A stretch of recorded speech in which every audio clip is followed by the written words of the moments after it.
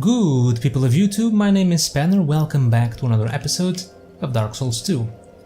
Before we continue, I did some research on the dual wielding weapons, just so I could leave you guys with the proper information, and I was correct. It is the, you need 150% of the highest stat requirements. So for example, and you need compatible weapons. I forgot about that detail. Not sure if these two are compatible or not. Anyways, I don't have the stats for them yet.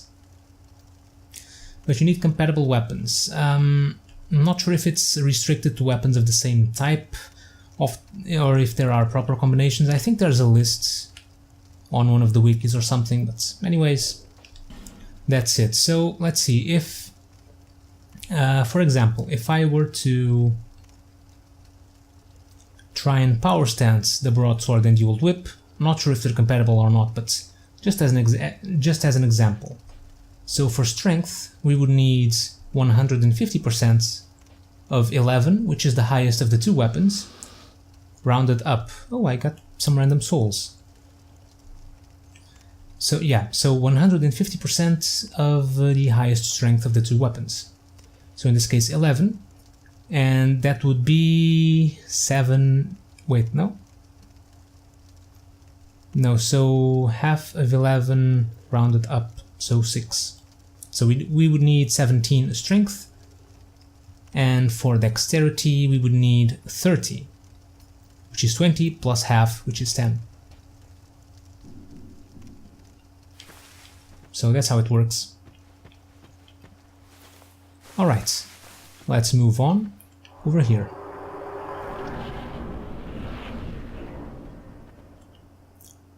Yeah, wield right weapon two-handed. As you probably noticed last time, if you press Y, well, if you hold Y while you have two weapons equipped and you cannot power stance them, you will two-hand the left-handed weapon, the left-hand weapon instead.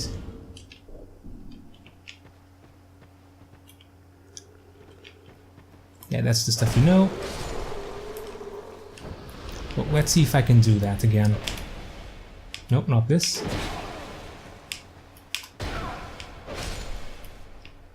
No, this requires very precise timing.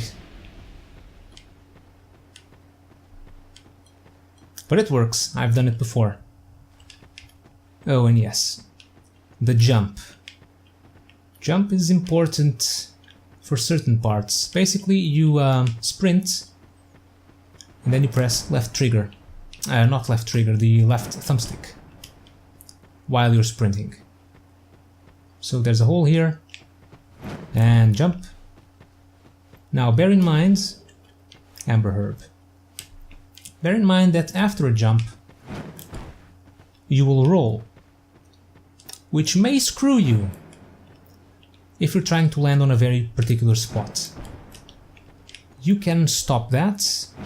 Well, I can't stop it if I'm jumping on the somewhere on the same level, but if you're jumping to a lower level, maybe I can do it here. Let's see.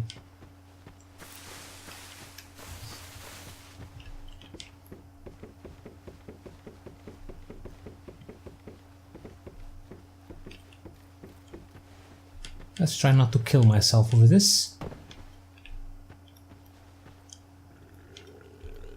Let's see, if you jump and press the attack button, you'll do a jumping attack and you will not roll.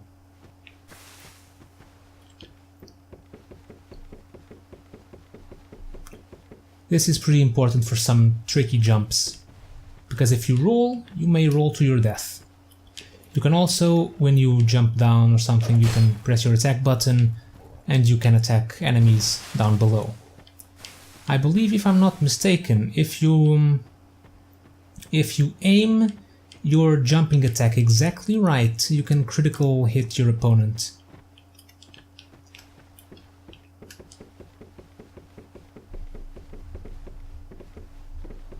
I think we actually get an example here. Yeah, while falling, plunging attack, and how to parry.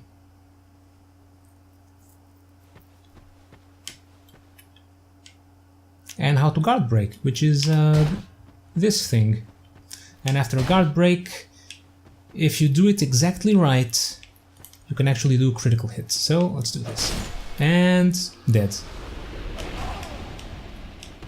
Oh, I'm out of stamina. If you're out of stamina, you can't do anything. But you will regen your stamina if you just don't do anything for a while. Oh yes, there's also forward and left and right trigger or left trigger depending on the hand you're using for the attack, which is a jumping attack.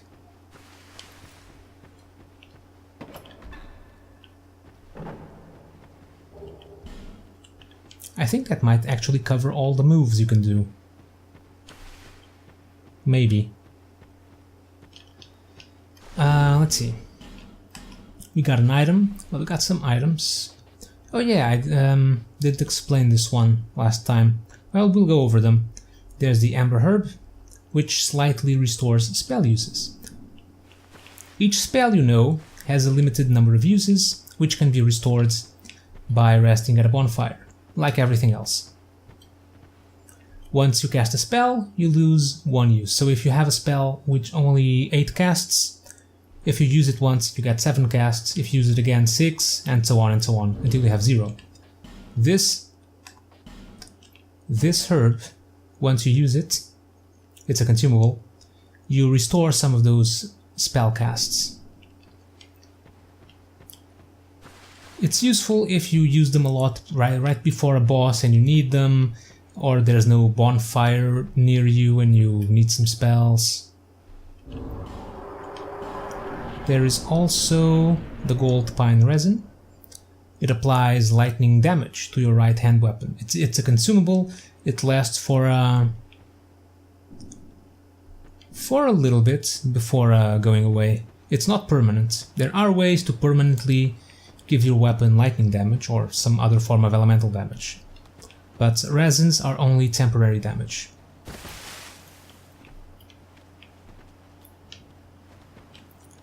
And over here, you can't go through. A statue blocks your way.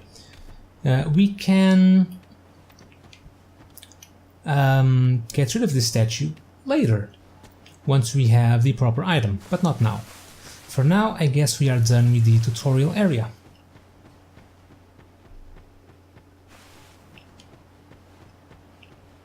Over here, we start getting our first glimpse into the online world. This is a message. Hurrah for inattention. In short, praise the sun. You can rate the message. You can now see the rating is 124 instead of 123. Messages are, well, are messages. Be wary of message. They're messages placed by other players. And if you're online, you can see them. There are messages, but they are very rare that were not made by players, which are in the game itself. That's the wrong button. Well, while I'm in it, if you press select, you get your gestures here. You can learn more gestures from some NPCs. There's actually an achievement for collecting all the gestures.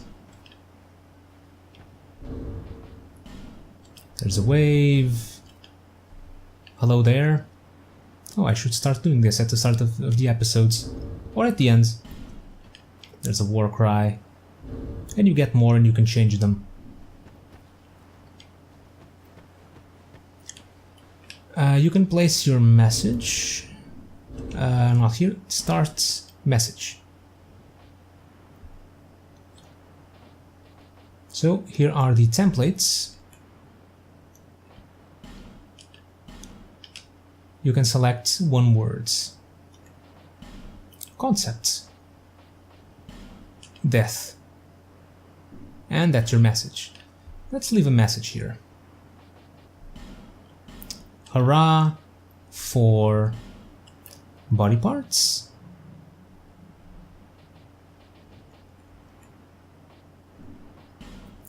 Attributes. Oh, musings. concepts.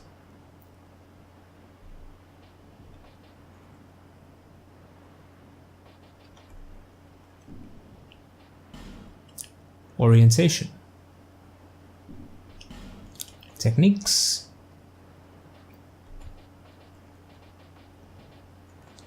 Hurrah for brief respite. Why not? Oh, and we can add more. By the way,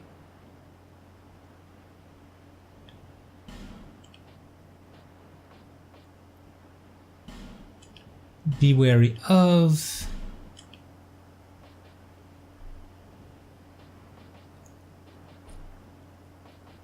safe zone.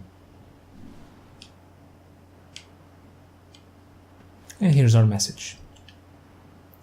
Hurrah for brief respite. By the way, be wary of safe zone. That's right. Let's delete it. It's a stupid message.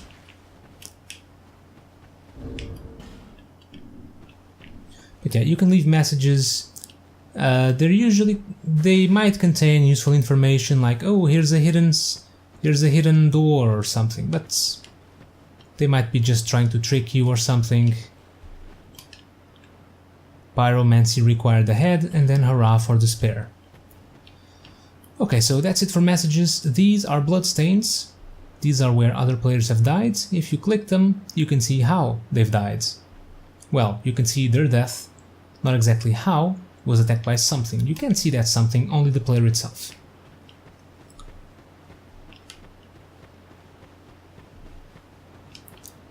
And here, praise the sun. Majula, the hub-like area for this game.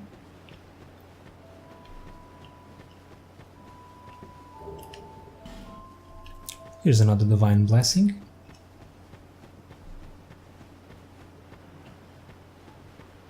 Here is a path. This path is for future use, not right now.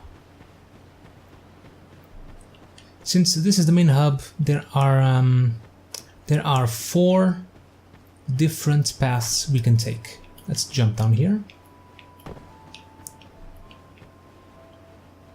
And down here. Over here we get a morning star and the cleric's sacred chime. As I have explained before, a chime is used to cast miracles. You require 10 faith to use it. And it gives you, this is the attribute bonus it gives to your lightning damage from miracles and dark damage from hexes, since chimes can also be used to cast some hexes.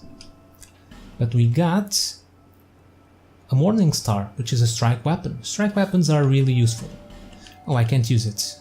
15 strength, that's right. It has no dexterity scaling, only strength. It deals 10 less damage than our sword there. It has higher counter strength, higher poise damage, and a bleed effect. Now, status effects work like this. You get a little buffer that, well, when you attack something, it fills a little buffer that slowly decreases over time. The more you attack, the faster the buffer fills up, and once it's full, the status effect activates. So there are 4 different effects. There's poison, so once we activate the effect, the enemy gets poisoned. There's bleeds, which we have in our morning star. Once it's activated, it deals a lot of damage to the enemy, as in extra damage. Poison deals damage over time, while the buffer is full. It'll decrease a bit faster once it's full. What else? We actually have them all here. So poison will damage your health over time until it fades away. There's petrify. Once the buffer gets full, you get turned into a rock and die immediately. So pretty dangerous, this one, but it's not that common. And then there's curse. If you get cursed, curse effect, basically it It doesn't count as a death, it does the same effect as dying. You lose a bit of your max health and turn hollow.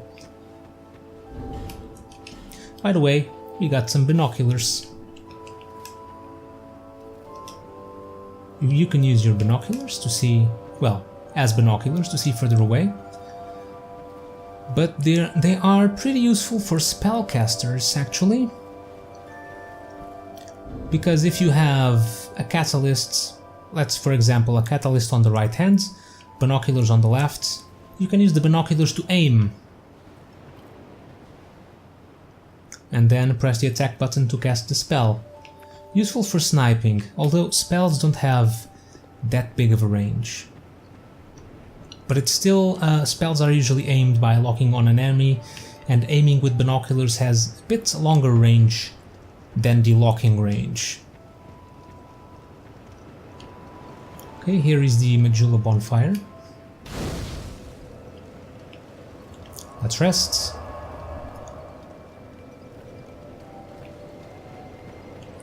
And let's speak with this nice NPC over here, the most important NPC. Are you the next monarch?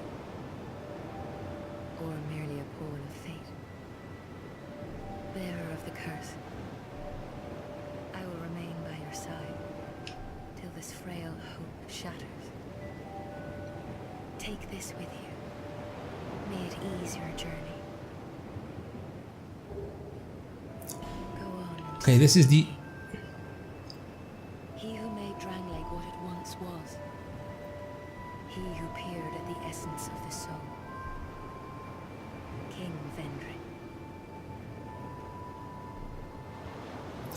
Okay, she's not interrupting me anymore, so this is the Emerald Herald.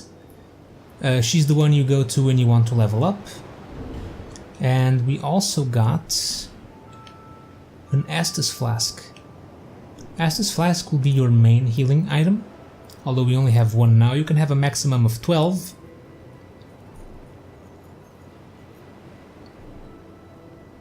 And I say they're the main healing item because you restore them once you rest at a bonfire. Bearer of the curse, seek misery. For misery will lead you to greater, stronger souls. You will never meet the king with a soul so frail and pallid.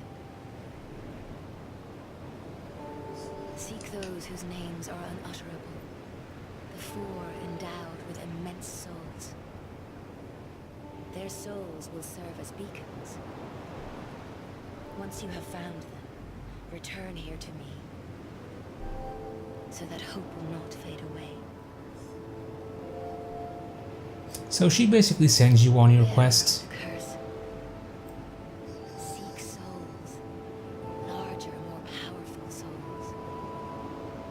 Seek the king. That is the only way. Lest this land swallow you whole, as it has so many others. Okay, and now we can do stuff. We can talk some more, but that's not important. We can level up. Level up uses your souls, so I have 1810 souls. You need 948 to reach your next level. You can raise your attribute by 1 point, and now we need 997 souls for the next level. I do not have those. But each point increases your level, each point level up.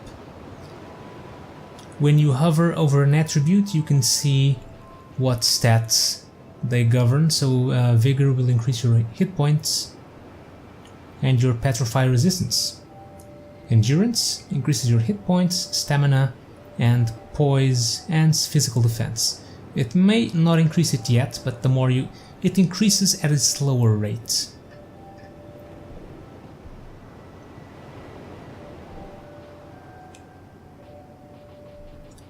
Every attribute increase will increase your hit points as well.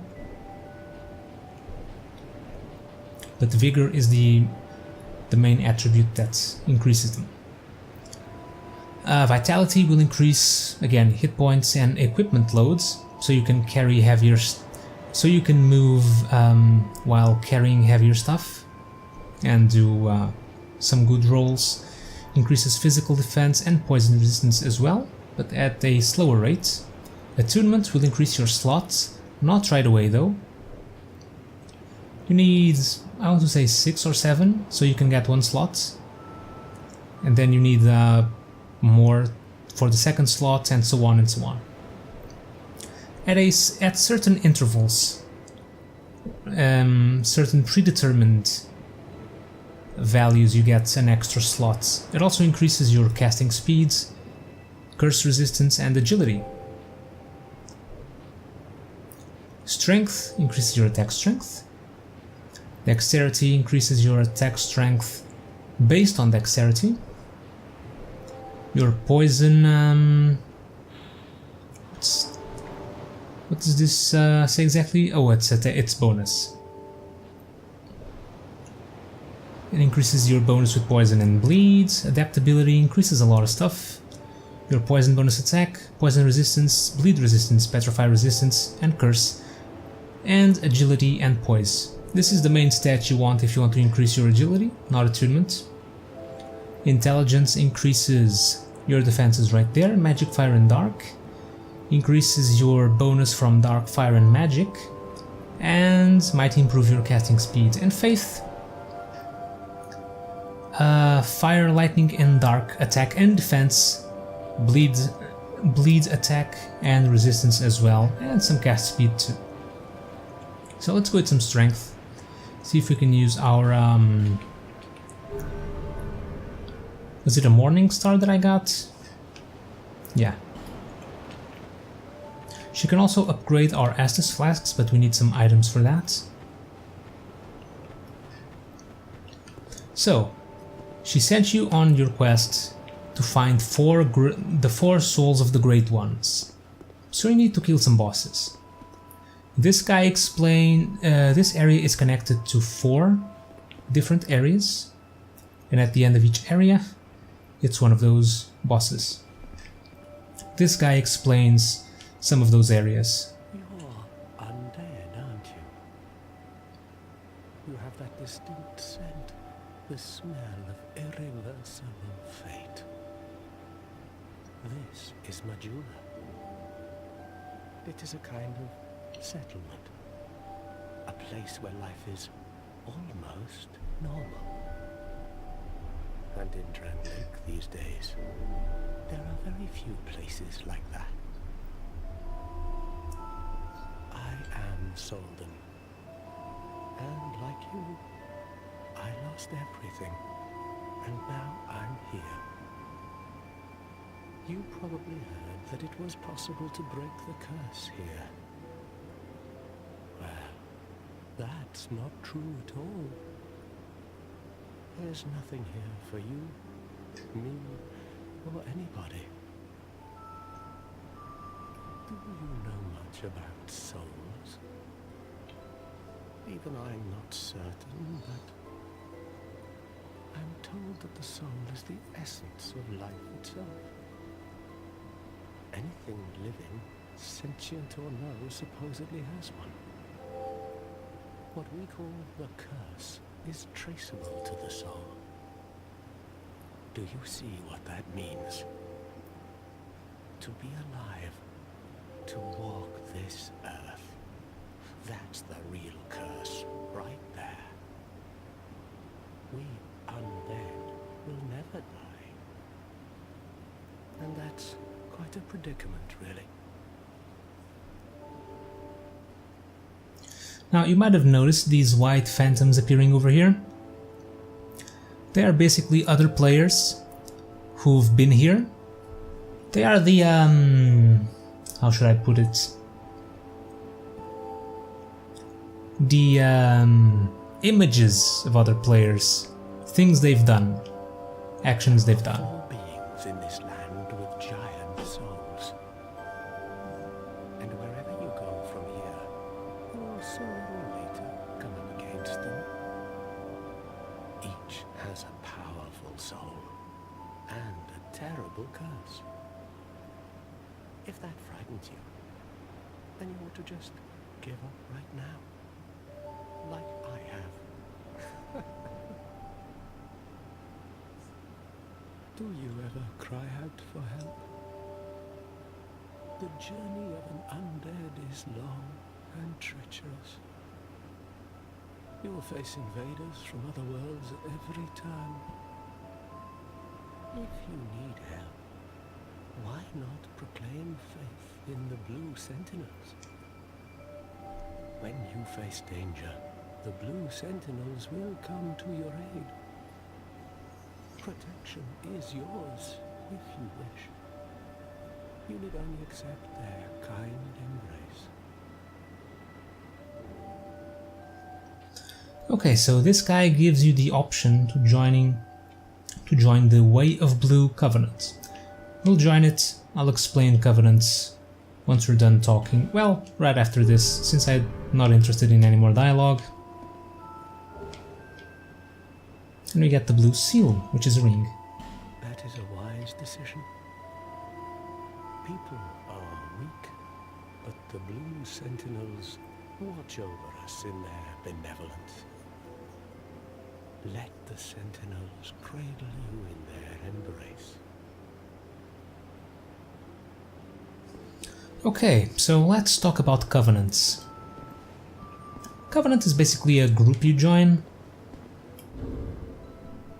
So we've joined the Way of Blue Covenants.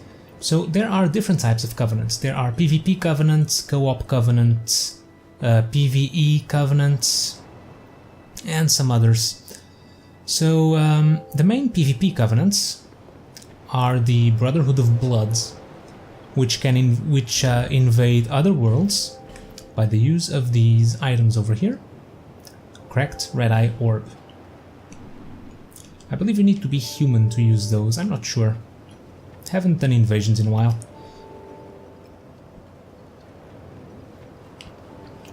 But yeah, they invade other worlds and try to kill you, and they gain some souls by defeating you, and I believe human effigy. And if you defeat them, you get some souls and human effigy, and they go back to their world. Either way, they go back to their world once you die, or they are dead. You can only be invaded by one at a time, so the odds are usually in your favor, but probably not. So there's the Brotherhood of Bloods, although you can be invaded without them being part of that covenant, just by using the... Or do they have to be part of the covenant? Huh, I don't remember. I guess I'll have to take a look for the next episode. But anyways, there's that. You can be invaded, and they will be red phantoms, also known as dark phantoms. Then there are the Blue Sentinels. The Blue Sentinels are also invaders, but they invade sinners. A sinner is someone that has committed a sin, like killing an NPC, for example. Like this guy over here. If I were to kill him, I would get sin. If I have sin points, then I can be invaded by a member of the Blue Sentinels. And this Way of Blue Covenant that I have joined, if I equip the blue seal, I think I need to equip it, yeah. If I'm invaded by a red phantom, I might receive the aid of a blue phantom, which is the a member of the Sentinels of Blue, and they will help me defeat the invader.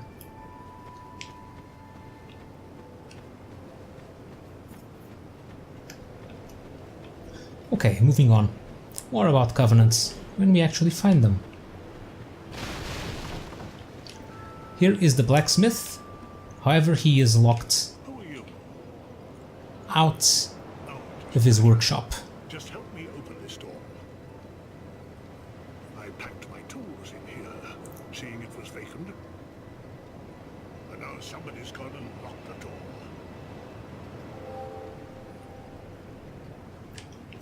Yeah, we don't have the key, so that'll have to wait. You can also roll to break some items like barrels. or this crate, for example, to get to the item. Although you can also break them by using your weapon, but using your weapon will consume some durability.